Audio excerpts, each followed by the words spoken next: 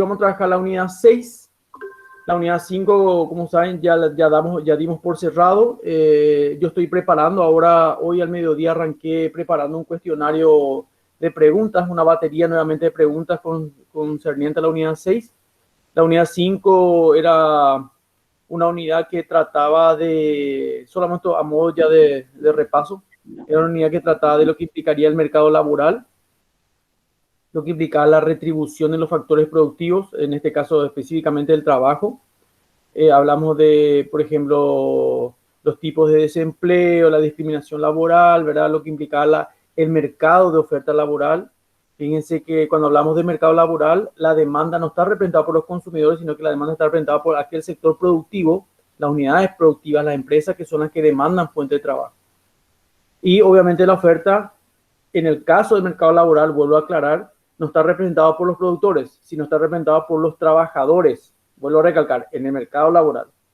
Y esos trabajadores representan toda la fuerza laboral que a su vez se vuelve a clasificar en manos de obras calificadas y obviamente en manos de obra bruta. Y esa intersección entre ambas fuerzas que establece el punto de equilibrio establecería el equilibrio del salario en todo caso. No el precio de las cosas cuando hablamos de otro tipo de mercado, sino el nivel salarial. Que siempre operamos, o sea, dentro del concepto de economía de libre mercado, ambas fuerzas interactúan libremente para establecer el nivel de salario. Cosa que en nuestro caso evidentemente difiere porque nuestro mercado laboral está intervenido, no es de competencia perfecta. No se rige por el libre juego de la fuerza de la oferta y la demanda, sino que acá, en nuestro caso, el Estado establece la aplicación de un salario mínimo y eso implicaría justamente alterar el precio. Por lo tanto, eso no es competencia perfecta, pero ese es nuestro sistema cuando hablamos, o por lo menos cuando nos referimos al mercado laboral. Bueno, gente, eso fue un capítulo bastante interesante, el tema de la unidad 5, y ahora vamos a hablar de la unidad 6. Bueno, ¿quién me puede decir de qué trata la unidad 6? A ver si alguien me... Conceptos básicos de macroeconomía. Correcto. Conceptos básicos macroeconómicos. O sea, estamos hablando de lo que implicaría macroeconomía, básicamente el concepto de macroeconomía. ¿Y qué más también? Bien por la compañera, excelente. A ver, otro compañero. Recuerden que la economía, voy a repasar mientras van pensando. Recuerden que la economía se dividía en economía descriptiva, el cual se basaba en el sentido común. Eso fue el inicio.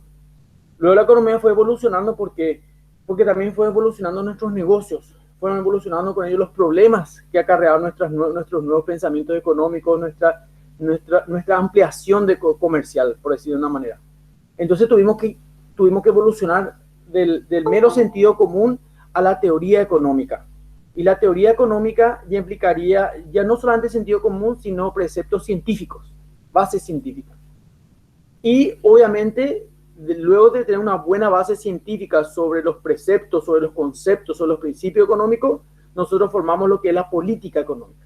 ¿Y qué es la política económica? Ya nuestra formación de nuestra propia ideología de cómo tendría que ser un sistema económico de mercado. Y hay varios modelos. Tenemos, por ejemplo, citamos los modelos tradicionalmente más conocidos como el mercado o sea, un mercado libre o de competencia perfecta. A veces nosotros decimos también un modelo capitalista. También tenemos una economía intervenida, una economía autoritaria, podríamos ser también, que es un modelo, tiramos por ejemplo un sistema tipo ondas comunistas, socialistas, ¿verdad? Donde de repente el gobierno tiene absoluto control sobre una economía de mercado. Y también hablamos de que los extremos son muy difíciles que hoy en día en la vida real se apliquen modelos económicos netamente de competencia perfecta o netamente de competencia imperfecta, que hoy en día lo denominamos como una combinación de ambos. ¿Cómo lo decimos? Economía. A ver si recuerdan.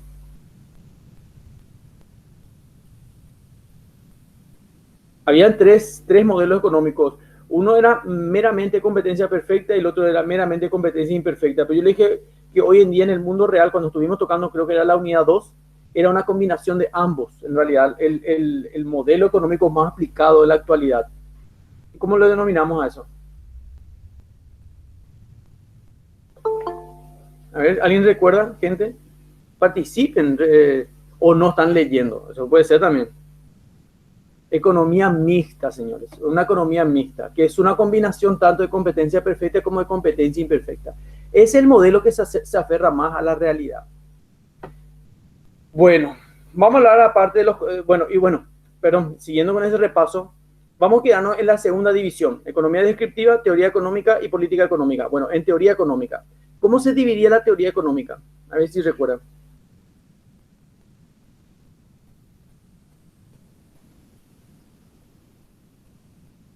A ver, gente, piensen, ¿cómo se dividía nuevamente la teoría económica, cuya base es la ciencia ya? En la microeconomía. Microeconomía y macroeconomía. Excelente, bien, Araceli. En microeconomía y macroeconomía. Y esas son materias que ustedes van a tener luego. O sea, que yo le dije a ustedes cuando estuvimos dando, atiendan bien estos nombres porque son los nombres de las materias que ustedes van a tener a medida que avancen, una vez que ingresen. Ahora estamos en probatorio. Probatorio es base en economía. Economía general, estamos hablando, es la base. Bueno, después una vez que ustedes ingresen van a tener teoría económica. Teoría económica. Luego, una vez que pasa la materia de teoría económica, van a tener la división de teoría económica, microeconomía. Y luego van a pasar la siguiente semestre y van a tener la materia de macroeconomía. Entonces, hasta la mitad de la carrera ustedes van a tener mucho énfasis en economía. ¿Por qué? Porque es la base científica. ¿Dónde adquirimos la base científica? En nuestro caso, nosotros que estudiamos para una carrera profesional con una base universitaria y obviamente una base científica, obviamente en la universidad adquirimos esa teoría económica. Bueno, hace sospechar un poquitito. La compañía dijo que leemos, pero me parece que algunos no están leyendo, el resto todavía está especulando, y le vuelvo a recalcar que es muy riesgoso apostar de esa manera al ingreso. Ustedes tienen que asegurar el ingreso y no se dejen engañar por la virtualidad. El año pasado muchos de nuestros o personas que querían hacer alumnos, ¿verdad?, se topaban con esa sorpresa de que había sido el ingreso no era tan fácil como uno creía. La virtualidad te da ventajas, pero también a veces nos hace subestimar la dificultad o la complejidad de las evaluaciones y nos quedamos cortos y por ahí puede ser que no alcancemos el porcentaje y sería muy triste no ingresar después de tantos meses de sacrificio. Así que, señores, aseguren. Y la única manera de asegurar es leyendo y estudiando. Bueno, gente, vamos a lo nuestro. La macroeconomía, aparte de hablar del concepto macroeconómico, nosotros vamos a hablar también de las variables macroeconómicas. Hay variables macroeconómicas como, por ejemplo, que sería la producción agregada. Vamos a hablar también del nivel de los precios. Vamos a hablar también de los objetivos macroeconómicos. 3 son los objetivos macroeconómicos. Ya lo adelanto. Estamos hablando de un rápido crecimiento de la economía. Estamos hablando, pero no solamente un rápido crecimiento de la economía, sino estamos hablando también de mantener una economía sostenible, y eso implicaría, por ejemplo, tratar de mantener el nivel de desempleo controlado o, dicho de otra manera, obtener un elevado nivel de empleo. Y no solamente eso, recuerden, rápido crecimiento de la economía, elevado nivel de empleo o, dicho de otra manera, bajo nivel de desempleo, y también una inflación controlada. ¿Eso qué quiere decir? Mantener el control de los precios, porque si tenemos un rápido crecimiento económico, pero eso implicaría que la inflación se descontrole, entonces sería una locura. Nuestra economía estaría bastante comprometida. Entonces, esos son los 3 objetivos. Vamos a hablar también de lo que es PIB, vamos a hablar del Producto Interno Bruto, vamos a hablar de lo que es el PIB potencial, vamos a hablar de lo que es la población económicamente activa, cómo está formada. Vamos a ver si alcanza también de todo, porque la verdad que es larguísimo la unidad 6 y ya es un poco más técnica nuevamente. Vamos a hablar también de lo que implicaría justamente las políticas macroeconómicas. Recuerden que un país desde el punto de vista económico tiene 2 riendas. Yo una vez le dije a usted, es como manejar más o menos, no sé si el ejemplo es válido, ¿verdad? Pero es como manejar un animal con mucha fuerza, por ejemplo un caballo, ¿verdad? Y se maneja con una rienda, pero las riendas se estira de 2 lados, por decir una manera, lado derecho y lado izquierdo, para poder controlar el animal, ¿verdad? La cuestión es que si ustedes no controlan el animal que está montando, evidentemente perderíamos el control y eso nos podría echar al suelo, lastimar, etc. La economía es básicamente la misma cosa. La economía controlada es muy útil. ayuda a lograr estos objetivos, que la economía crezca, que nosotros podamos ir a la escuela, que podamos alimentar a nuestra familia, que podamos tener trabajo, que nuestro dinero alcance para comprar las cosas que necesitamos, etcétera, etcétera. Pero la economía no controlada, sin las riendas correctas, evidentemente hace muchísimo daño al ser humano. Y no hace falta que entre en detalle, tienen que prender la televisión, señora, al mediodía van a ver las noticias, van a ver la situación de nuestra economía. Y vuelvo a recalcar, justamente anoche estaba hablando con unos alumnos, cuando estaba dando clase con algunos alumnos que están bastante preocupados porque nosotros tenemos alumnos que ya están llegando a último año de la universidad, ya están en trabajo de, probablemente en el siguiente semestre van a estar en trabajo de tesis y después ya, si Dios quiere, estarían egresando de la universidad. Yo le dije, ustedes están preocupados, lo que tienen que estar preocupados son los alumnos que están ingresando a la universidad. ¿Por qué? ¿Por qué ustedes creen? ¿Por qué ustedes creen que yo le dije eso a los compañeros de los últimos semestres? A ver si alguien me está prestando atención, ¿verdad? Y porque después ellos tienen que poner en práctica todo lo que supuestamente estudiaron, aprendieron con el pasar del tiempo. Pero recuerden que atiendan, yo le dije a ellos, está bien que ellos estén preocupados, ¿cierto? Lo que dice la compañera, excelente, estoy de acuerdo con ella 100%. Pero yo le dije a ellos, ustedes están preocupados por la situación presente de la economía y por lo que demandará el año que viene la economía. Pero quien realmente tiene que estar mucho más preocupado son los alumnos que están iniciando. Estamos preocupados todos realmente y hay que estar, y después de la preocupación viene la ocupación. ¿Qué hago? ¿Qué hago ahora con la economía? Bueno, pero ¿por qué los compañeros que están iniciando su vida universitaria tienen que estar mucho más atentos a las cuestiones económicas? ¿Por qué ustedes creen que les dije yo eso a los compañeros del último semestre?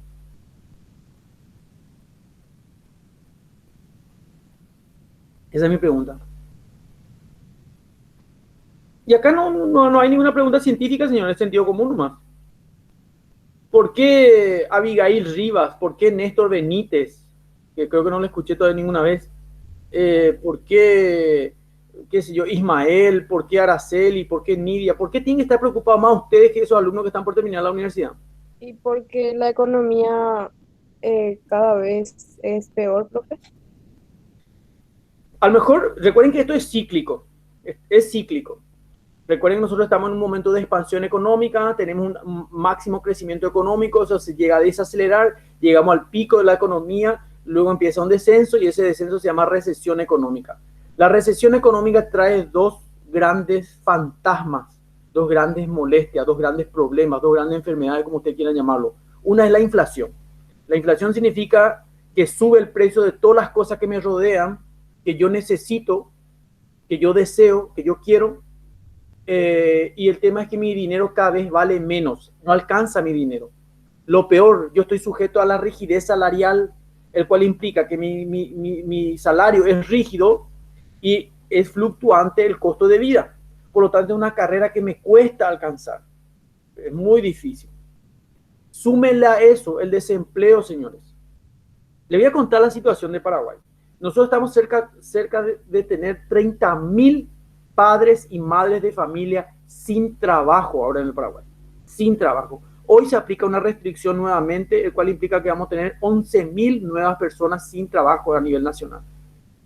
El Instituto de Previsión Social, siempre y cuando vos estés trabajando en forma formal, en forma legal, y tu patrón, la parte patronal, esté aportando al día el aporte social, el IPS te subsidia el desempleo, tu desempleo o tu permiso, porque una cosa es estar sin trabajo por permiso por el hecho de un periodo X más, y otra cosa es estar completamente desempleado.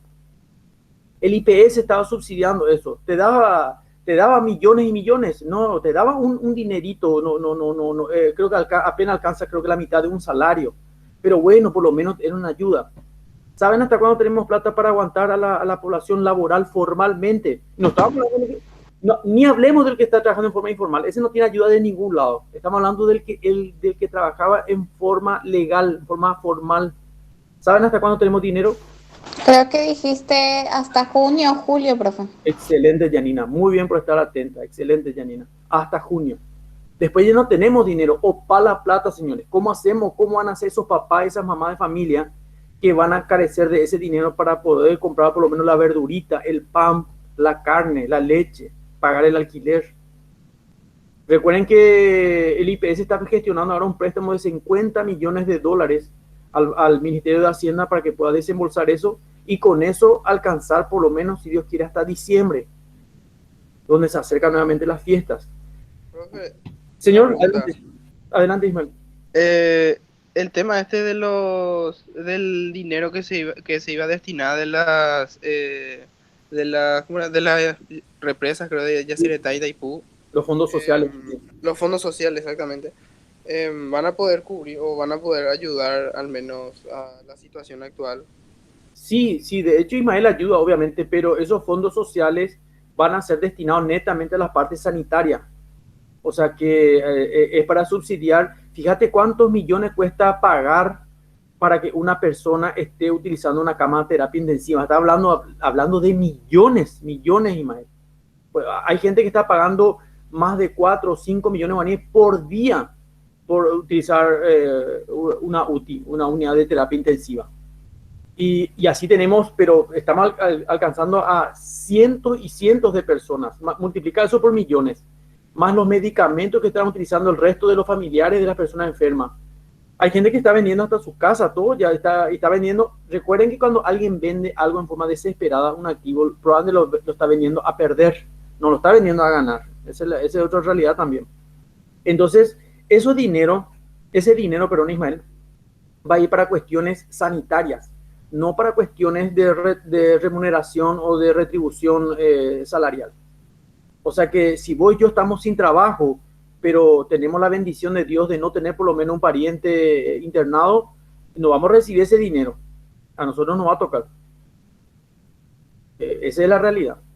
El presidente ayer aprobó eso ya, la utilización de esos fondos sociales, pero va netamente para comprar, qué sé yo, de oxígeno, de estos remedios que son carísimos, que creo que están 1,5 millones, 1 millón, algo así, por 1,200,000, 1,5 millones por unidad. Y obviamente reforzar el sistema sanitario. Que si usted me pregunta si va a ser la solución, tampoco va a ser la solución. Tampoco va a ser la solución. Porque ahora en este preciso momento estamos colapsados. O sea, en este preciso momento quiere decir que si se enferma, Ismael, si se enferma alguno de nuestros parientes, no hay cama. O sea, no te van a decir, ¿sabes qué? No podemos atenderte ahora. Tenemos que esperar que una persona deje de utilizar una cama para poder meter a nuestro familiar ahí. ¿Eso qué significa? ¿Que se muera esa persona o que se recupere? Esa es la otra persona la que estaba y cuando hablamos de cama, no lo manejamos en forma literal cama. La cama implica que tenga un respirador artificial, que tenga oxígeno, que tenga los remedios, que tenga un especialista, un terapista. O sea, no es solamente la cama. No, yo escuché a gente decir, ¿por qué no compramos cama? Pero no, es la cuestión de comprar cama. Bueno, es literalmente la cama el problema, sino todo el equipamiento. Y no solamente el equipamiento, las personas que van a manejar ese equipamiento que le va a atender a esa persona. Normalmente una enfermera tiene que manejar, si no me equivoco, creo que entre 5 a 7 personas debería manejar una enfermera. Hoy una enfermera está manejando por arriba de las 15 personas, o sea, está más allá del 100% de su propia capacidad. Estamos hablando cerca de 200, 225%. A veces nosotros queremos que la persona dé 100% de sí. Bueno, nuestra enfermera están dando el 225%, o sea que algo totalmente inhumano ya. Y si no me equivoco, ayer murió la enfermera creo que número 57. Va por los 60, profe. Va por los 60, exactamente. Por eso 57, 58, algo así, escuché. Es una locura. La cuestión es, señores, que ustedes son nuestros hermanitos menores. En la universidad ustedes están peleando por un ingreso.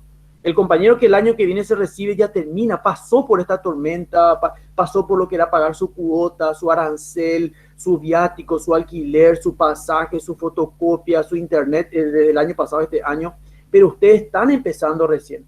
Abigail, ¿a vos una vez que vos ingreses, pues yo estoy seguro que vas a ingresar, cuánto tiempo te falta para luchar para ser una profesional? ¿1 año, 2 años, 6 meses? ¿Cuánto te faltaría, Abigail, una vez que ingreses? ¿Y para ingresar en esta carrera, profe? No, para terminar la carrera, para terminar la carrera. 5 años. 5 años. ¿Saben lo que son 5 años, señores? Y vuelvo a recalcar, el año 2022 va a seguir siendo tan duro como el 2021. Así que, señores, como yo le estoy aconsejando a todos mis alumnos que donde damos economía, sean austeros, prioricen el gasto de su dinero, traten de no malgastar su dinero. Su dinero, como cualquier recurso, es escaso, diría tremendamente escaso hoy en día, y nuestras necesidades son ilimitadas. Estudien, señores, no se aplacen, no se aplacen, cada aplazo le va a costar dinero a ustedes. ¿Se acuerdan? Costo explícito y costo implícito.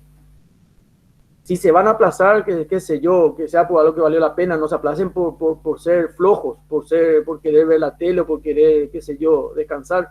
Nosotros tenemos que pasar sí o sí las materias. Cada año, y dentro de 5 años Abigail ya tiene que estar ejerciendo de su carrera, y así como Nidia, así como Rita, así como Ismael, como todos nosotros. Bueno, gente, vamos a lo nuestro. Vamos ya a proyectar, así que mucha atención, mucha concentración.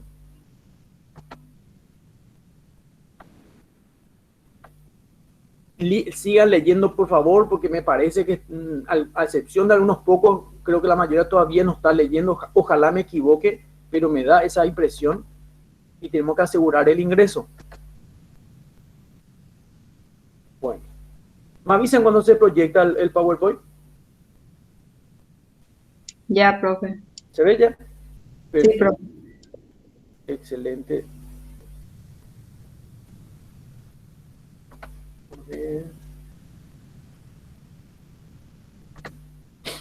Bueno, vamos a lo nuestro. Conceptos básicos macroeconómicos, como muy bien comentó la compañera.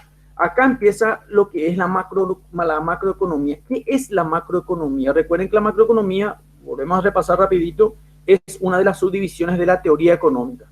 Que a su vez, la teoría económica es una de las divisiones de lo que sería la economía. Bueno, ¿qué es la macroeconomía? La macroeconomía se ocupa del estudio del funcionamiento de la economía, pero en su conjunto. Traten de diferenciar una de la otra. La macroeconomía difiere en qué con respecto a la micro. La microeconomía estudia la economía, pero desde sectores específicos de la economía, desde sectores particulares, qué sé yo, por ejemplo, el sector agrícola, el sector ganadero, los prestadores de servicios, el sector metalúrgico. En cambio, la macroeconomía estudia a la economía, pero desde una visión global, desde una visión general, lo ve como un todo, por ejemplo. En el caso de Paraguay, por darle para que ustedes tengan una idea también bastante detallada de cómo está nuestra situación. Paraguay macroeconómicamente, hablando dentro de las cifras generales de exportación, Paraguay estuvo muy bien en los últimos años. O sea, Paraguay creció macroeconómicamente. Pero donde Paraguay sigue sigue no cumpliendo con los deberes, es dentro del sector microeconómico. Las microempresas, las MIPYMES, todavía son las empresas que no están terminando de fortalecerse dentro del mercado, de consolidarse. Ahí estamos hablando del pequeño empresario. Hoy ya estamos teniendo manifestaciones en Asunción y en muchas partes del país. Por ejemplo, los pequeños microempresarios que están diciendo que no van a acatar las medidas de seguridad, las medidas impuestas por el gobierno con respecto a la restricción horaria, porque, y no es por un capricho, hay que entender la situación de ellos. Sus pequeñas empresas siguen teniendo deudas. O sea, las deudas no pararon porque llegó la pandemia. Hay gente que debe en los bancos por haber hecho un préstamo para ampliar su negocio, qué sé yo, para comprar más, qué sé yo, algunos implementos de cocina, etcétera. Entonces, los restaurantes también, por ejemplo. La gente que se dedica a la parte de, qué sé yo, las hamburgueserías, las lomiterías, por ejemplo, no van a acatar. Los pequeños empresarios, los empresarios de los restaurantes tampoco no van a acatar el horario. Y ellos son las personas que se ven más afectadas por el hecho de que esta restricción horaria justamente arranca a partir de las 8 horas. Y mientras muchos de nosotros trabajamos en una carga horaria diurna, hay gente que trabaja en una carga horaria nocturna. Y esas son las personas que se van a ver afectadas. Bueno, ahí está la cuestión. El sector macroeconómico es una visión del Paraguay en su totalidad. Y podemos decir, bueno, los números son positivos, por ejemplo. Pero macroeconómicamente podríamos inclusive incluir lo que Paraguay exportó en los últimos años. Pero si vamos a ver una visión microeconómica, ya vamos a hacer un microscopio de ciertos sectores específicos del Paraguay, vamos a empezar a encontrar muchos reclamos, muchas angustias. Bueno, siéntanse en libertad, señores, de preguntar cualquier cosita que a ustedes no les parezca claro, no entiendan, pregunten, por favor, no se queden con la duda. ¿Cuál es el propósito de la macroeconomía? Su propósito, como dice muy bien acá, es obtener una visión simplificada, resumida, de la economía, pero que al mismo tiempo permita conocer y actuar sobre el nivel de la actividad económica de un país determinado o inclusive de un conjunto de países también. Por eso vuelvo a decir, la macroeconomía pretende lo mismo que la microeconomía, solamente que la macroeconomía tiene una visión del país en su totalidad o inclusive de un bloque de países. Por ejemplo, vamos a citar, en ese caso podríamos citar perfectamente el ejemplo del Mercosur, por ejemplo. Es una visión macroeconómica. La macroeconomía estudia las variables económicas que yo ya le comenté a ustedes. Vamos a hablar de variables económicas que implicaría, por ejemplo, que es la producción agregada, que es el nivel de precios también. Y vamos a empezar por ahí. La producción agregada de la economía en su conjunto es lo que nosotros denominamos producción agregada. Básicamente todo lo que produce el Paraguay. Vuelvo a repetir, la macroeconomía estudia las variables económicas agregadas como la producción de la economía en su conjunto, a la cual nosotros denominamos producción agregada. Para que ustedes tengan un poquito más claro, tenemos que remontarnos a las primeras unidades, donde, por ejemplo, nos decían qué eran variables económicas. Variables. ¿Se acuerdan que nosotros estudiamos variables, supuestos, modelos? Entonces, para que ustedes puedan entender el vocabulario económico, tenemos que empezar nuevamente a leer las primeras unidades y tratar de manejar el concepto para que después cuando leamos un texto sea fácil interpretación. Esta primera variable, como la denominamos producción agregada, hace referencia a todo lo que produce el país en su totalidad. Cuántos kilogramos de trigo, de soja, de maíz, de algodón, cuántas unidades de camisas, de zapatos, pizzas, casas, materiales de construcción, todo lo que el Paraguay haya producido. Esa es producción agregada. Pero otra variable de economía agregada es justamente la que hace referencia al nivel de precios, que acá está. El precio promedio de todos los bienes denominado nivel de precios. El precio promedio. Precio promedio. ¿Por qué establecemos precio promedio? Porque usted me puede decir, profesor, pero hay 100 fábricas que producen camisas en el Paraguay. Hipotéticamente, estamos dando un ejemplo. Y toda la producción agregada de esas 100 empresas se tiene que computar como parte del Producto Interno Bruto del país. Pero el problema es que la empresa A fabrica camisas 100.000.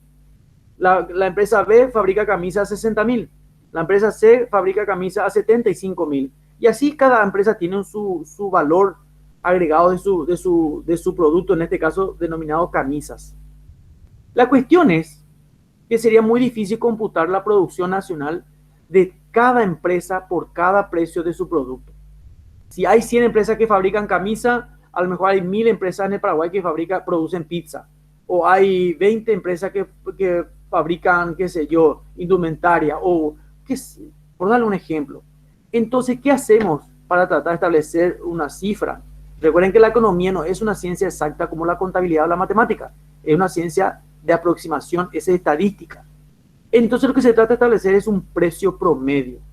Entonces, ¿cómo se hace precio promedio? Bueno, tenemos 100 empresas que fabrican camisas, cada empresa tiene un precio diferenciado, entonces se establece un precio promedio entre todas las empresas, entre todos los precios de todas las empresas, mejor dicho. Y eso es nivel de precios. ¿Eso lo hace solamente Paraguay? No, eso lo hacemos todos los países del mundo, lo hacen esto, para establecer sus variables macroeconómicas.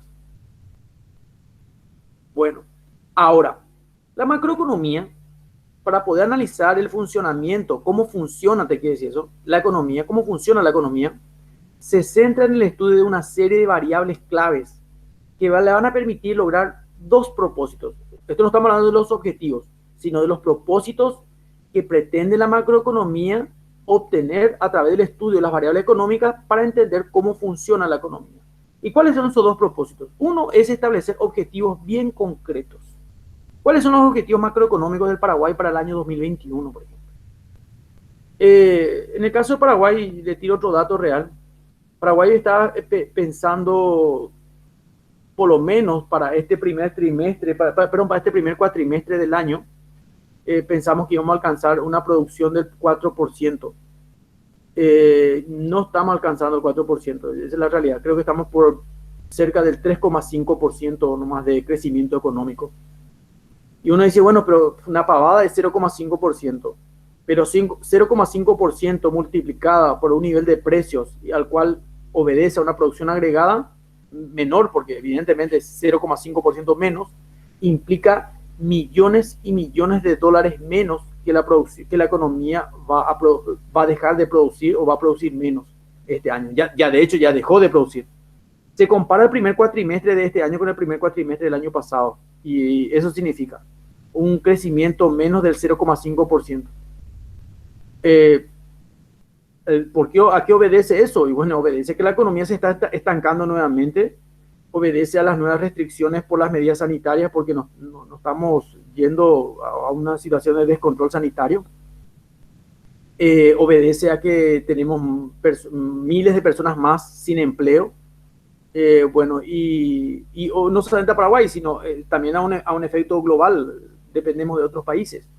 Entonces, este año se tienen que establecer objetivos concretos macroeconómicos para tratar de sostener esta economía, y especialmente para el año que viene. De estas cositas muchas veces depende nuestro futuro también, señores. Depende que podamos concretar proyectos y sueños, como por ejemplo la propia universidad. Otro propósito de la macroeconomía es justamente diseñar una política macroeconómica. Primeramente establecer cuáles son los objetivos macroeconómicos y luego diseñar la política macroeconómica. La política macroeconómica tiene dos aristas que ya les comenté en varias ocasiones. Una de ellas es una correcta política fiscal y la otra es una correcta política monetaria.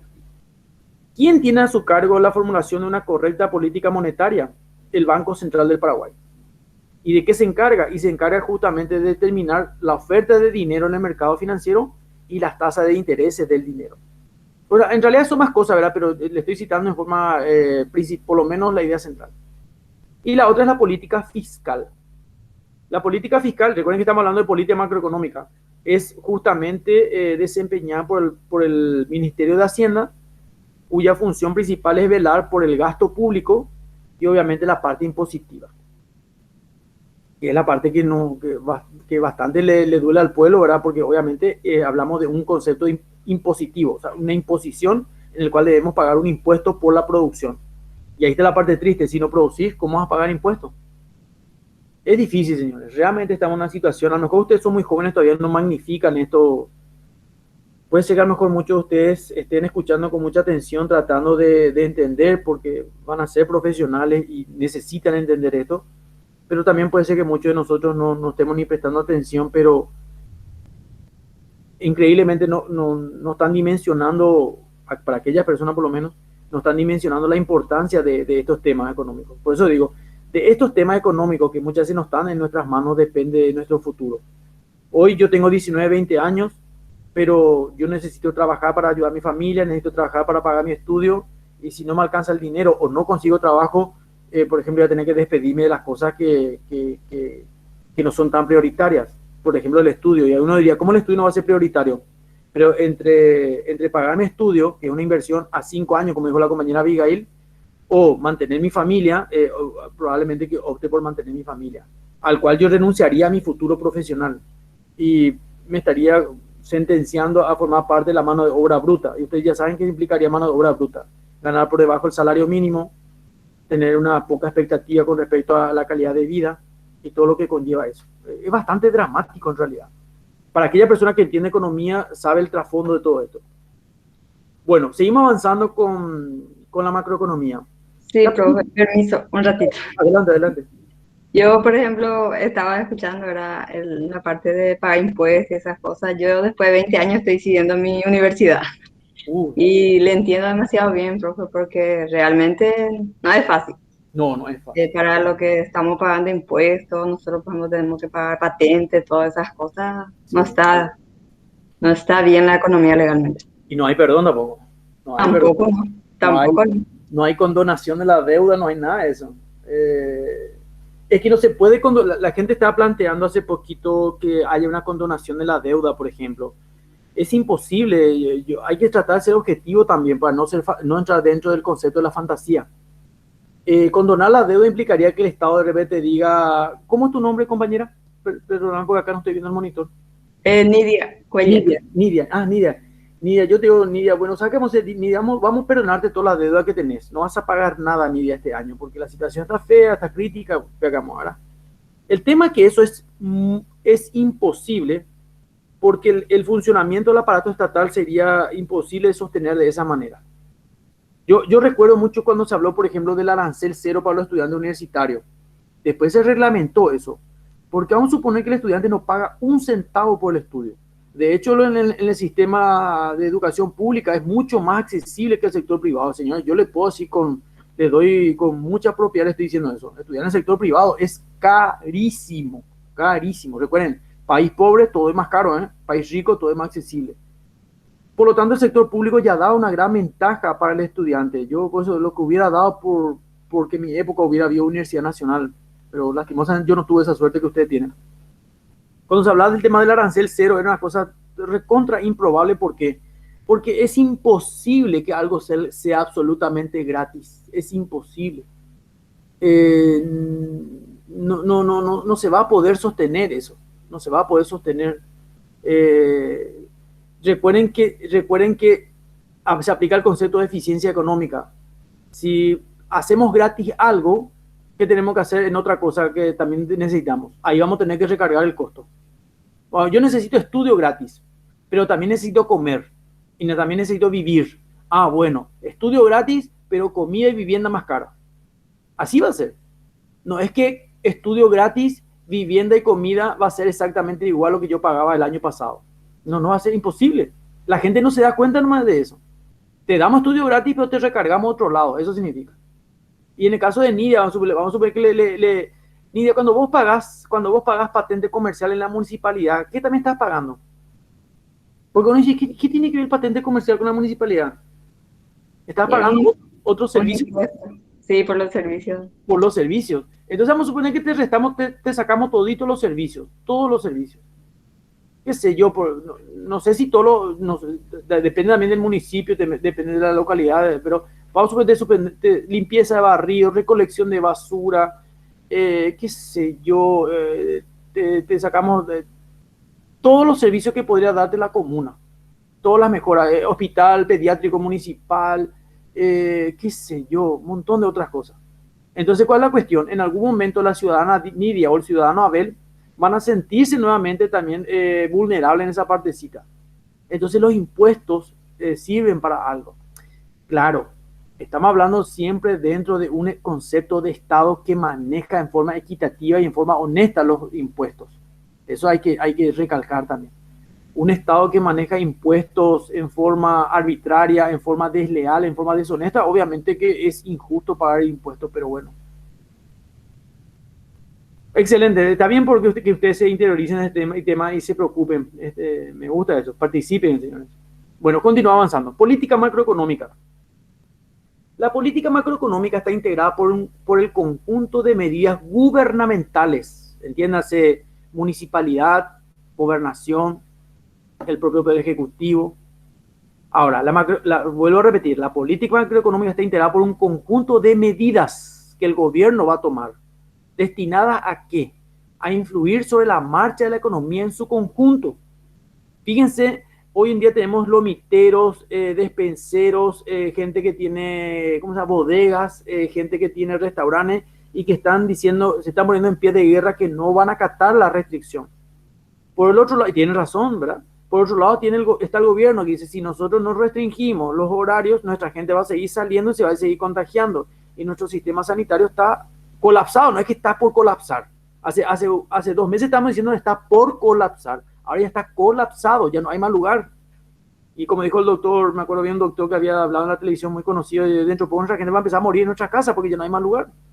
No nos podemos llevar al hospital porque no hay lugar. Y de hecho ya gente está muriendo en sus hogares ya. Entonces, ¿cómo hacemos?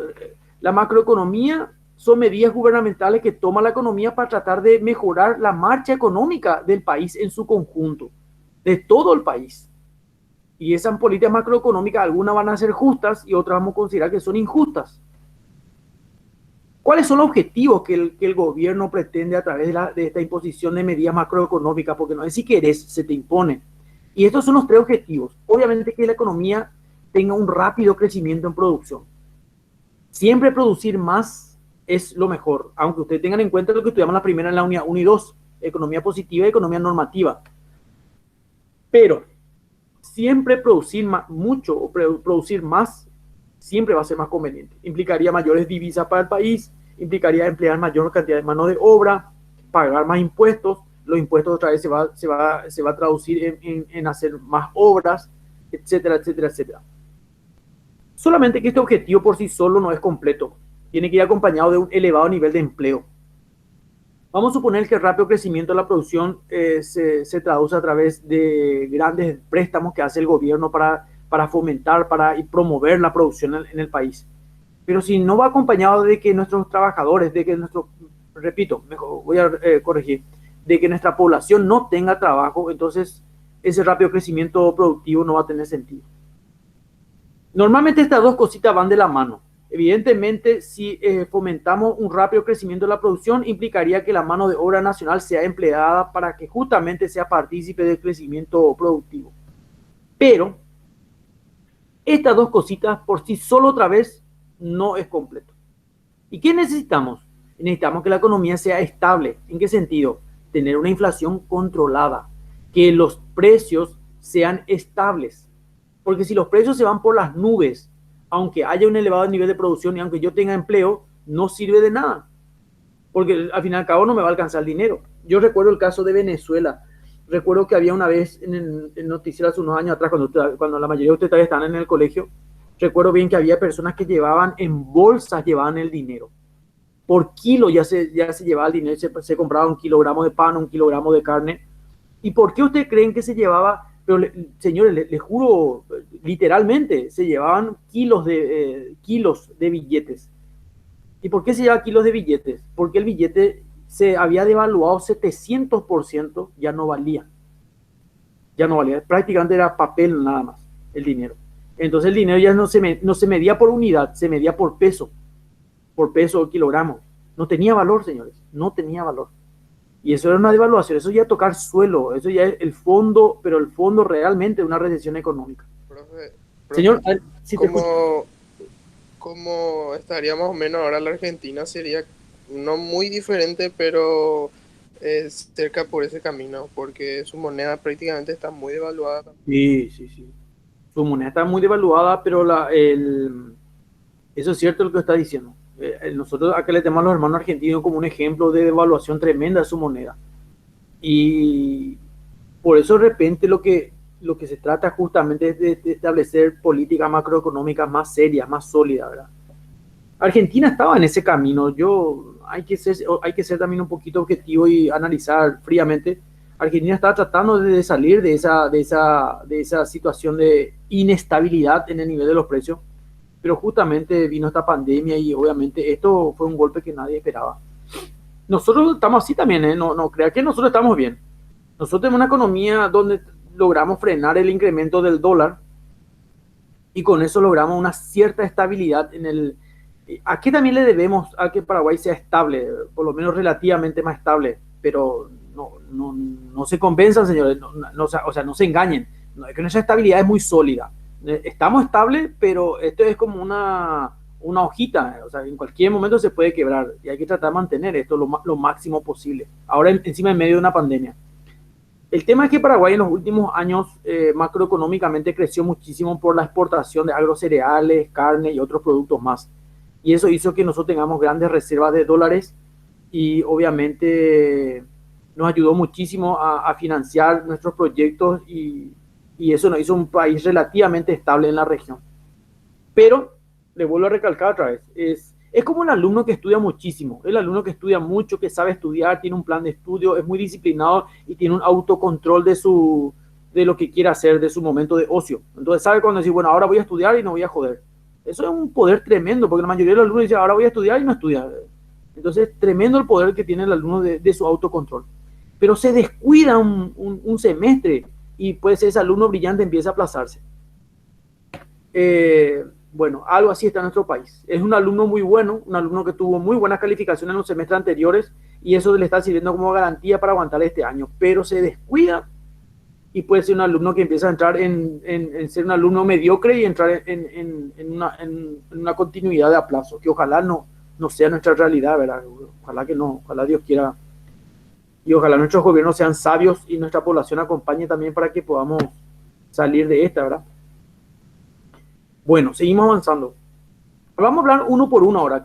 Recuerden que vamos a analizar los tres objetivos. Vamos a empezar por este objetivo primero, el rápido crecimiento de la producción. ¿De qué trata? Contar con una elevada cantidad de bienes y servicios es algo que todos los países desean, por supuesto. ¿Quién no quiere tener abundancia de todo, ¿verdad? El indicador más amplio de la producción total de una economía es lo que nosotros conocemos como PIB, Producto Interno Bruto. Bruto pues significa el total, no es el neto, el total de todo, que mide el valor de mercado de todos los bienes y servicios finales que produce un país durante un periodo determinado en forma anual, o sea, durante un año. Es todo lo que el Paraguay produce de enero a diciembre de un año X, ¿verdad? Y eso es su Producto Interno Bruto. Bueno, vamos a avanzar. Profe, Aunque Profe, no se ve el que está proyectando. la no primera se- página sigue O sea, se mostrando. ve, pero no cambia. ahí no se ve esto. Se ve, profe, pero no cambia. Sigue en la primera página. Esperen un ratito, vamos a ver un poquito qué es lo que está pasando.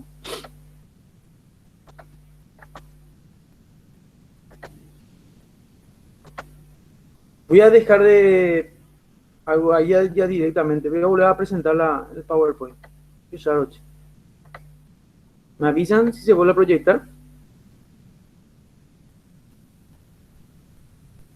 Ahí se ve. sí. ¿Se ve? Ahí sí, profe. Bueno, ahí no estoy ampliando el PowerPoint.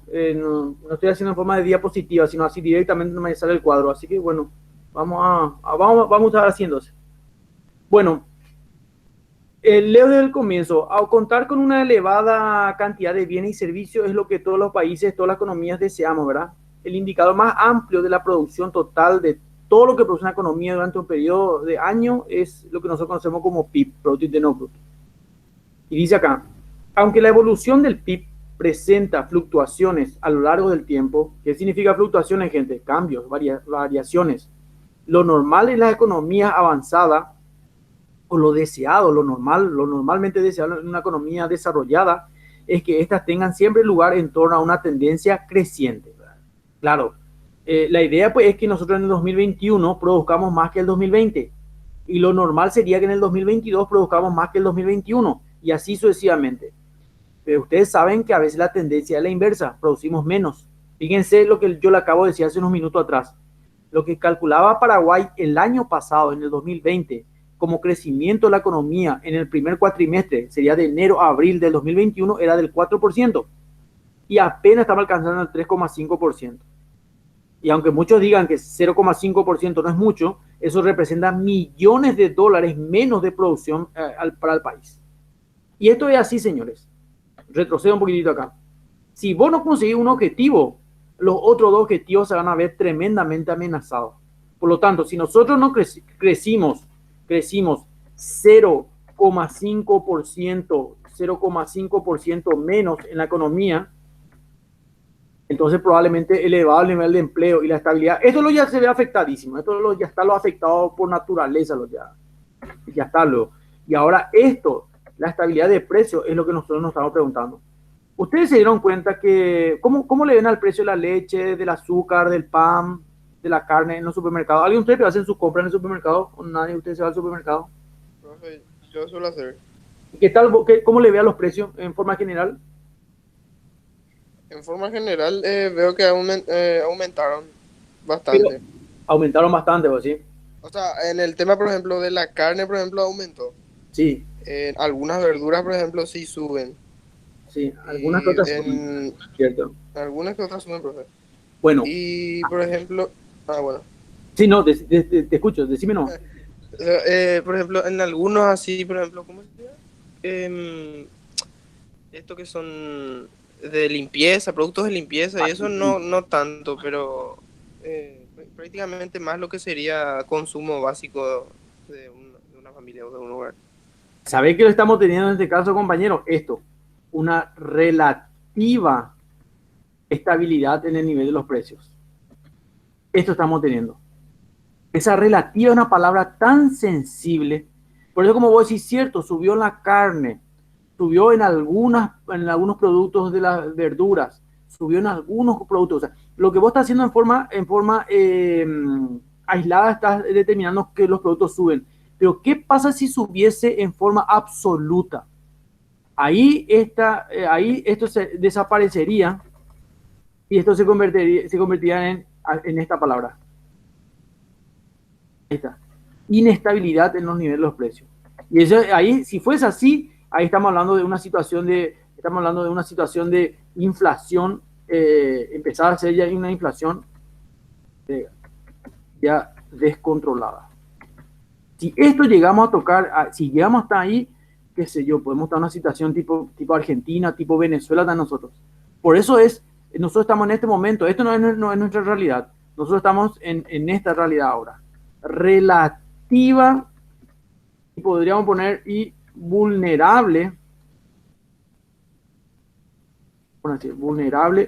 estabilidad en los niveles de los precios. Creo que escribí mal acá, a mí que con B corta, aunque no sé nada. Esta es nuestra situación ahora. Está bastante delicado. Y en el medio ustedes tienen, en el medio ustedes tienen su proyecto de inversión en capital humano, que escribí mal ahí, capital humano, que sería justamente lo que ustedes iniciaron ahora, que es la universidad. Y como dijo Abigail, ese va a durar 5 años. 5 años. Y si vamos a suponer que una situación de relativa y vulnerable pasa a una situación de inestabilidad en los niveles de los precios, y hablamos de una inflación descontrolada, ¿cómo pico yo voy a aguantar 5 años? Esa es la gran pregunta que tiene que hacerse un estudiante. Por eso nuestra economía no está mal, pero tampoco no está bien. Está ahí está. Es tremendo. Esos son los objetivos. Bueno, por eso lo que siempre se desea que haya un crecimiento económico. Y ahora en este caso hubo un descrecimiento. Dejó de crecer la economía un 0,5%. Vamos a ver qué pasa con los siguientes 2 cuatrimestres del año, de lo que implicaría de mayo hasta diciembre. Vamos a ver cómo va nuestra economía. Ojalá podamos revertir esa situación y que tengamos un crecimiento de la producción otra vez. Por eso dice acá, este crecimiento sostenible, porque sostenible, ¿qué quiere decir? A mí no me sirve que ayer nomás, y hoy más o menos, mañana no sé. No, sostenible es que ayer, hoy y mañana siempre tengamos un crecimiento de la economía.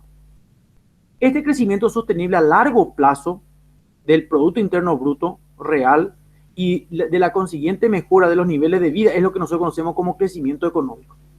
Paraguay creció en los últimos 3 años atrás, calculen en 2015, 2016, 17, 18 puede ser también que hayamos crecido.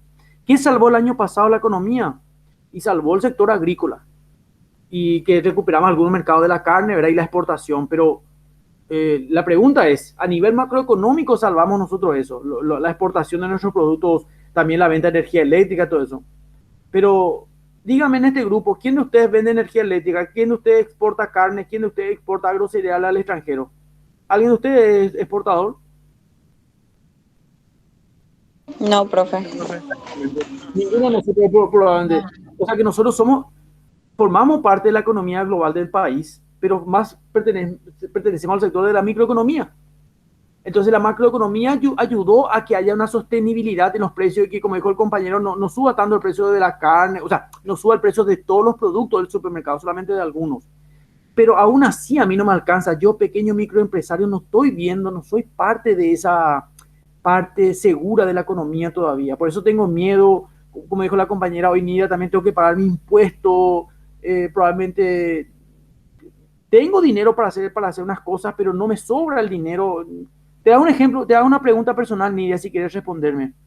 ¿Vos podés darte el lujo de descuidar tu economía? de gastar en lo que vos quieras gastar?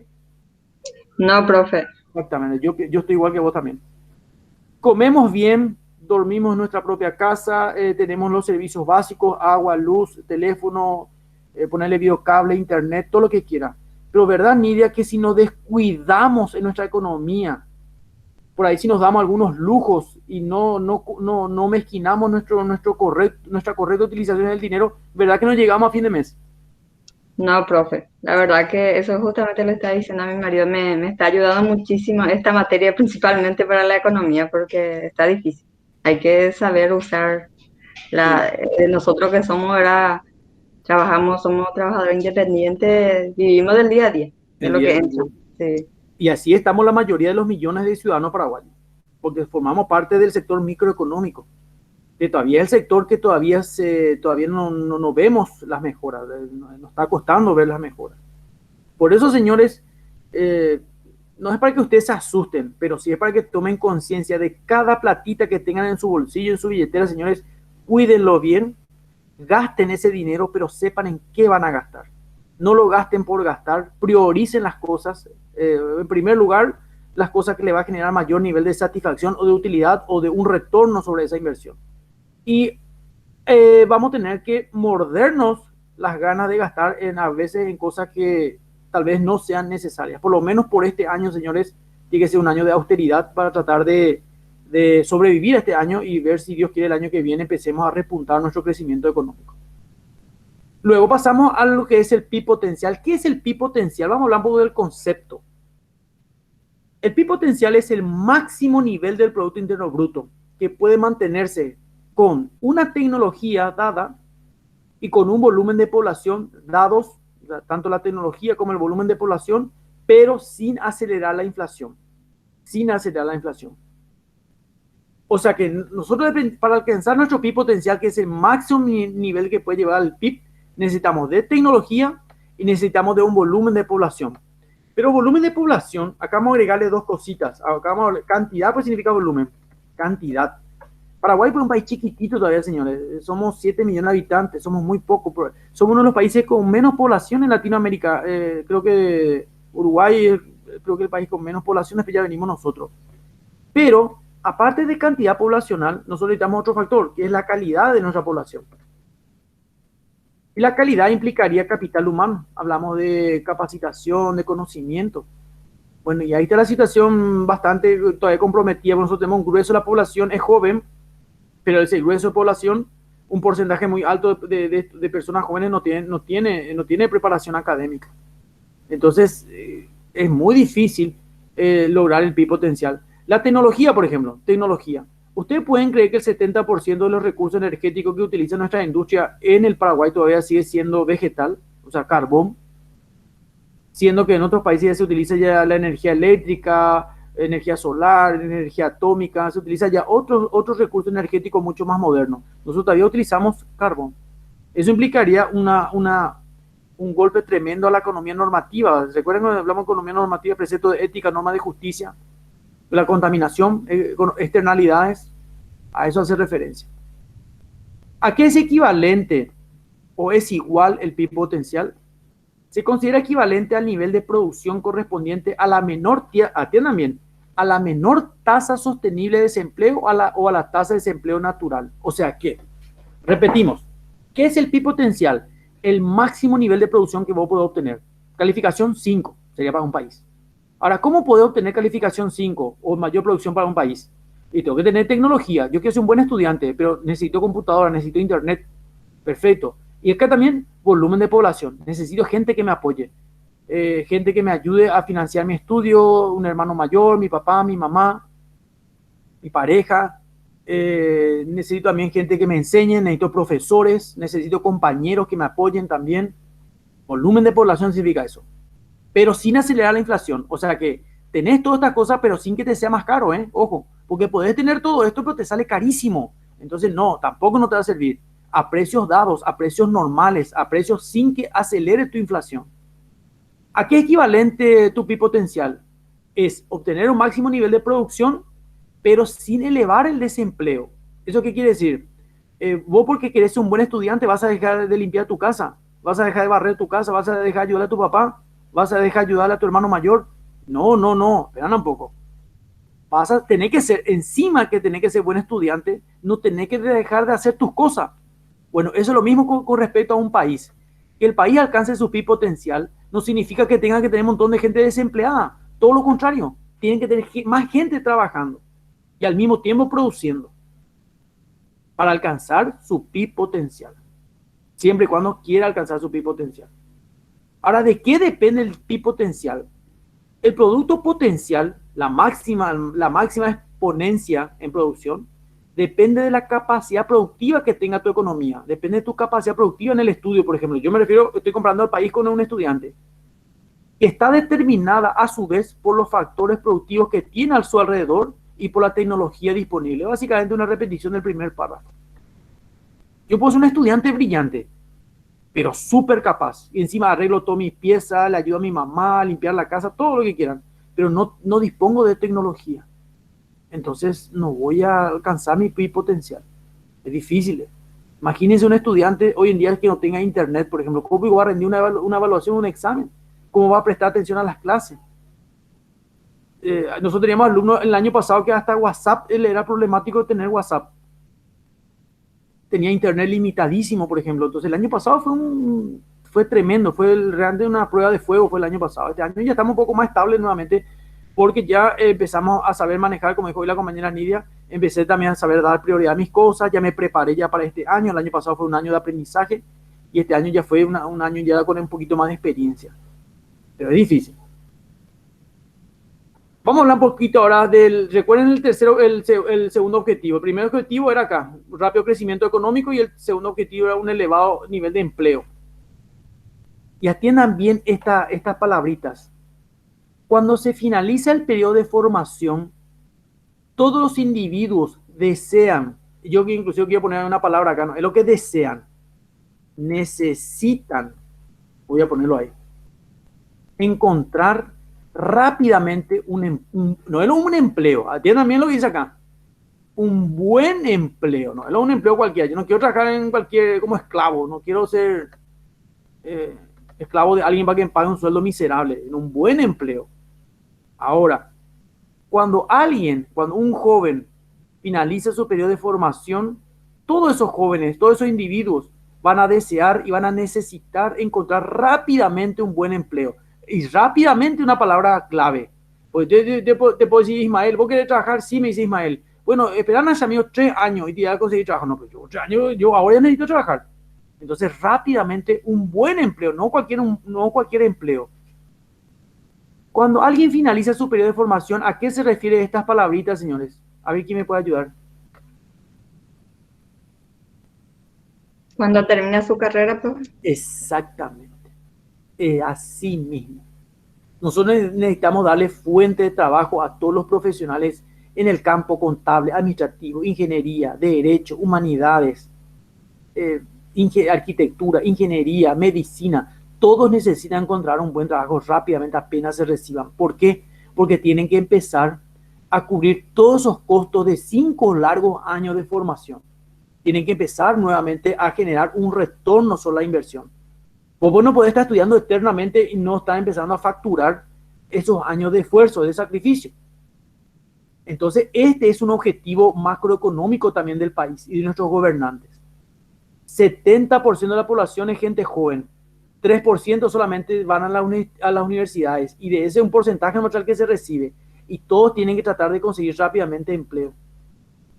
Si esta condición se cumple para la mayoría, atiendan que dice para la mayoría, no dice para todos, porque no va a ser para todos, para la mayoría, porque hay gente que se recibe de la facultad, pero no aprendió nada. Ojo con esa gente. Después dice, ¿por qué no consigo trabajo? Mira, Abel se recibió de contador, pero no tiene trabajo.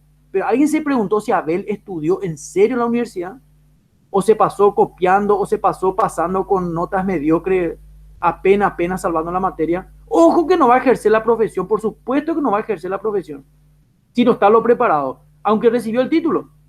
Entonces, atiendan bien, y esto solamente con ustedes se puede hablar porque ustedes son los que están empezando. Ya un alumno que llegó a 8º, 9º semestre y que ya llegó en forma cane, señores, ese ya es un caso perdido. Ustedes son nuevitos, ustedes son nuestros hermanitos menores, a ustedes se les puede formar bien, claro, siempre y cuando ustedes deciden ser formados. Eso ya es libre albedrío. Ustedes van a decidir si ser profesionales de verdad o ser simuladores. Pero si son simuladores, el mercado se va a encargar de descartar a ustedes. Por eso dice, si estas condiciones se cumplen para la mayoría de los estudiantes, de las personas en condiciones de trabajar, la economía tendrá un elevado nivel de empleo. La otra cara de la moneda es el desempleo, y esta es la parte fea, que se mide mediante la tasa de desempleo, que es el porcentaje de esa población que está sin trabajo, desempleada. Ahora, ¿qué es la población activa? Atiendan bien este concepto que salió el año pasado en el examen de ingreso. Población activa está formada por todas las personas que están ocupadas. ¿Ocupada qué quiere decir? Que está laburando, que está trabajando, y las personas que no están trabajando, pero que están en proceso de búsqueda de trabajo. Esa es población activa. Ahora, ¿cómo sacas las personas que no están trabajando en tu país? Sencillo, tasa de desempleo. Tenés el número de los parados. Números parados son los que están sin trabajo. Que están sin trabajo y que no están buscando trabajo. La gente que, por ejemplo, que no está trabajándolo y no está tampoco buscando trabajo. Dividió la población activa. ¿Y la población activa quién es? Las personas que están trabajando y las personas que no están trabajando, pero que están en búsqueda, en proceso de trabajar. O sea, están buscando trabajo. Multiplicar por 100 y ahí te va a dar el porcentaje de la tasa de desempleo que tiene tu país. Que en este momento, señores, es altísimo. Es altísimo. En este momento. Claro que en este momento no es por una situación económica, sino es una situación pandémica. Pandémica. Por lo tanto, nosotros el año que viene, el 2022, nuestro gobierno tiene la gran responsabilidad de cambiar las políticas macroeconómicas para que podamos obtener un rápido crecimiento de la producción. Con ello elevemos el nivel de empleo, porque vamos a tener miles de jóvenes que van a terminar la universidad, miles de jóvenes que van a terminar el colegio secundario, y esa gente joven tiene que activarse dentro de la población laboral, dentro de la población activa. Y seguimos. ¿Cuál era el tercer objetivo? La estabilidad de los niveles de los precios. Ahí logramos con el tercer y último objetivo. ¿Qué es la estabilidad de los precios? Controlar la inflación, señores. Lograr una inflación estable, no descontrolada, sino estable, es un objetivo macroeconómico, pues los fuertes crecimientos de precios de todos los bienes y servicios que estamos comentando con el compañero, por ejemplo, distorsionan las decisiones de las empresas y de los individuos y por lo tanto impiden una asignación eficiente de los recursos. El indicador más frecuente es el índice general del índice general de precios, es el IPC. Esto que ustedes ven acá se denomina índice de precio de consumo. Y con esto, señores, te ayuda a determinar tu tasa de inflación. Y te puede dar una información muy útil que te puede ayudar a determinar si tu costo de vida de ahora es más caro que la del año pasado. ¿Y eso de qué te sirve? Te sirve para tomar decisiones. Decisiones como, por ejemplo, ¿de qué? Por ejemplo, ¿qué voy a hacer con mi dinero? ¿Voy a invertir en este momento? ¿Voy a ahorrar? ¿Voy a comprarme ese autito? ¿Voy a hacer ese curso de maestría que quiero hacer? O sea, decisiones con respecto a si conviene o no conviene gastar mi dinero en ese momento. Por eso el IPC, y le doy otro dato más también. Normalmente el Banco Central de Paraguay con el Ministerio de Hacienda se juntan y establecen el IPC que te ayuda a determinar tu tasa inflacionaria, y con ello ellos determinan cuánto tienen que alzar el salario mínimo cada vez que se decide alzar el salario de los trabajadores.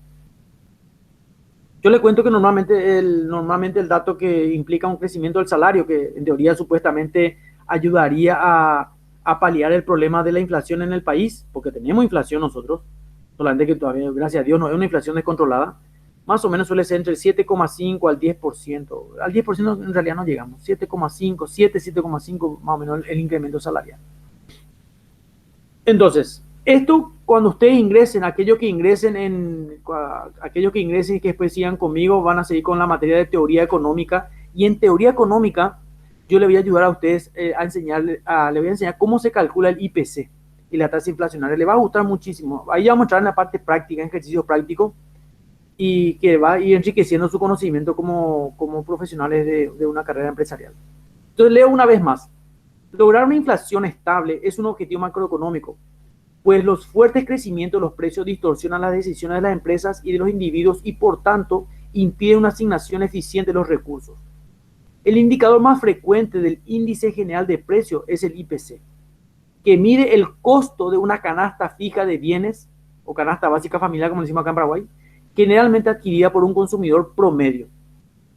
Las variaciones del nivel de los precios se conoce como tasa de inflación. Por eso con el IPC se ayuda a obtener la tasa de inflación, que refleja la tasa de crecimiento o el descenso del nivel de los precios de un año con respecto a otro. Y con eso obviamente podemos determinar las decisiones que vamos a tomar con respecto a qué vamos a hacer o a qué vamos a destinar el uso de nuestro dinero.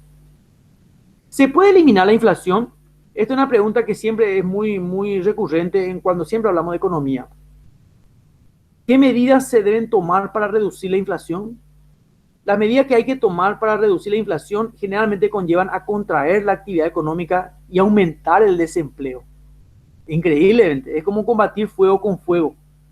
Pero aumentar el desempleo dentro de una medida exacta que ayude a bajar los precios. Porque cuando se aumenta el desempleo, la gente tiene menos dinero en el bolsillo, gasta menos y obliga al sector productor o a la oferta a bajar los precios. Cuando se bajan los precios, se vuelve a controlar nuevamente la inflación. Y en ese momento se tiene que otra vez recuperar a todas esas personas que han sido desempleadas. Y eso es dificilísimo, señores. Teóricamente es fácil de explicar, pero llevar a la práctica es una locura. Entonces, ya que es una medida muy buena, pero muy peligrosa, muy arriesgada, ¿qué hace nuestro gobierno? Y sencillamente hacen esto. Alzan el salario. Pero el salario, ya ustedes saben, eso se llama precio mínimo, ¿verdad? Pero eso implica otra vez un crecimiento de qué, o un aumento de qué. Me estoy comiendo todos los acentos ahí. Un aumento de la inflación. ¿Y por qué hacen eso entonces? ¿Por qué hacen esto si al fin y al cabo esto no es la solución? Y es la solución más fácil, señores. Es la solución más sencilla. Esta es la solución para frenar la inflación. Crear una contracción de la economía y aumentar el desempleo. Hacer que la gente gaste menos y se obliga a la oferta a bajar los precios. Al bajar el precio de todos los productos, de la carne, de la leche, del alquiler, del pasaje, del combustible, pues se vuelve a tener una inflación controlada. Y ahí el gobierno tiene que generar toda la capacidad para volver a tener un crecimiento económico y ocuparle otra vez a esta gente que quedó desempleada. Pero eso implicaría un trabajo, pero muy fino y mucha voluntad política. Entonces, ¿qué hacen los políticos? Sencillamente alzan el salario, precio mínimo, aumenta la inflación y al fin y al cabo la gente no entiende cómo gana más, pero compra menos. Y esa es una triste realidad. Por ello es frecuente que las autoridades económicas procuren buscar un cierto compromiso entre la inflación y el desempleo. Estamos hablando de autoridades políticas que sean eficientes también, ¿verdad? Bueno, gente, vamos un poquito ya prácticamente nos quedan 5 minutos. Vamos a dejar hasta aquí, si les parece. Vieron que la unidad 6 ya es más general que la unidad 5. La unidad 6 es un poquito más técnica, es más específica, ya tiene más datos complejos. Así que hay una recomendación que yo le di a los compañeros el año pasado y les sirvió muchísimo, según a unos que me comentaban que hoy en día ya están en los semestres regulares. Yo siempre le digo, tengan a mano un diccionario o tengan Google a mano. Entonces, cuando ustedes están estudiando, cuando no tienen clase conmigo, están estudiando solos, googleen esas palabras, busquen información también. O recurran a los libros de economía, ¿verdad? Que ustedes ya, de hecho, ya algunos tienen su libro de economía. Hay compañeros de acá de nuestro grupo que me mostraron que tienen el libro de Samuelson. Les felicito a aquellos compañeros que ya hicieron el libro Samuelson, porque el libro de Samuelson es el libro que ustedes van a utilizar después que ingresen, cuando ya den teoría económica. Y también le va a servir para micro y macroeconomía. En el libro de Samuelson van a encontrar que prácticamente tiene mucho contenido que tiene Francisco Mochón. Solamente que están un poco más ampliados nomás. Pero le va a servir para poder entender lo que ya están estudiando ahora en el probatorio, que es la base de lo que van a tener luego una vez que ingresen. Yo sé que hay muchas palabras técnicas, ¿verdad? Cuesta, yo le digo bien, cuesta entender economía, pero no es difícil. Es cuestión de tomar la iniciativa, autodisciplinarse, ¿verdad? Renunciar a horas de ocio y obviamente, por eso le digo, les va a servir muchísimo. Háganse de un diccionario y esas palabritas técnicas, fluctuaciones, qué sé yo, variabilidades, ¿verdad? Si una vez que leen el concepto va a ser mucho más fácil interpretar el texto completo de la oración o del párrafo del capítulo que ustedes estén leyendo. Bueno, gente, el viernes que viene nosotros vamos a continuar con la unidad 6. Vamos a hacer lo mismo que hacemos cada día de clase. Vamos a hacer una retroalimentación de lo que tocamos hasta este momento, que era el concepto de macroeconomía, variables económicas, política macroeconómica, la definición y la conformación de la política macroeconómica, objetivos macroeconómicos. Así que una recomendación, en estos días, antes del viernes, pónganse a leer esta partecita chiquitita del PowerPoint. Yo ya le voy a enviar si ustedes quieren el PowerPoint, si ustedes quieren. Le envío el PowerPoint, empiecen a leer, empiecen a comparar con lo que tienen en su libro, en su texto, tomen sus apuntes, hagan sus observaciones, y el viernes que dentro de unos días, continuamos y vamos a ver si terminamos la unidad 6. Yo para ese momento ya voy a tener también ya una batería de preguntas que les voy a enviar ese día, el viernes, para que ustedes vuelvan a hacer su resumen de lectura y bueno, y nos preparemos para el ingreso. ¿Les parece bien? Esa va a ser nuestra directriz. ¿Qué opinan? Dale, profe, de acuerdo, estamos de acuerdo. Gracias, profe. Que tengan una buena tarde y nos vemos el viernes que viene para seguir estudiando juntos. Dale, profe, hasta luego, muchas gracias. Luego, eso, bueno.